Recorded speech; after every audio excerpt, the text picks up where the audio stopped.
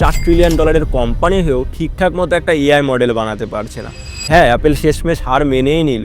এটা শুনে তো অনেক অ্যান্ড্রয়েড ইউজাররা খুশি হচ্ছে, কিন্তু খুশি হওয়ার কিছু নেই। খুশি তো এখানে অ্যাপেলকে হওয়া দরকার, কারণ 2011 সাল থেকে অ্যাপেলের নিজস্ব এআই অ্যাসিস্ট্যান্ট সিরিকে তারা সবচেয়ে পাওয়ারফুল অ্যাসিস্ট্যান্ট বানানোর চেষ্টা করছে, কিন্তু এখনো পর্যন্ত সফল হয়নি। তাই ফাইনালি অ্যাপেল গুগলের শক্তিশালী এআই জেমিনাইকে সিরির ইঞ্জিন হিসাবে বেছে নিতে বাধ্য হলো। তবে এটা একটা লোক দেখানোর চাল হতে পারে, কারণ এখন থেকে অ্যাপেলেও অ্যান্ড্রয়েডের মতো এআই ফিচার্সগুলো থাকবে, যেমন circle to search, real time answer এবং আরও এআই বৈশিষ্ট্যগুলো। তবে এর মাঝে অ্যাপেলের আলটিমেট প্ল্যানকে কিন্তু ভুললে চলবে না। তারা আজীবন চেষ্টা করে চলেছে অ্যাপেলের ইউজাররা যাতে কোনো মতেই অ্যান্ড্রয়েডে সুইচ না করে। আর এখন সেটা আর একটা স্টেপ মজবুত হয়ে গেল। সিরি এতদিন যা যা করতে পারছিল না, এখন তার ক্রাশ জেমিনাইকে পেয়ে সেই সমস্ত কিছু করতে পারবে। সুতরাং অ্যাপেল প্রত্যেক বছর গুগলকে $1 বিলিয়ন পে করতে দুবারও ভাববে না, কারণ এখন তারা সিরিতে জেমিনাইয়ের অ্যাক্সেস পেয়ে গেছে।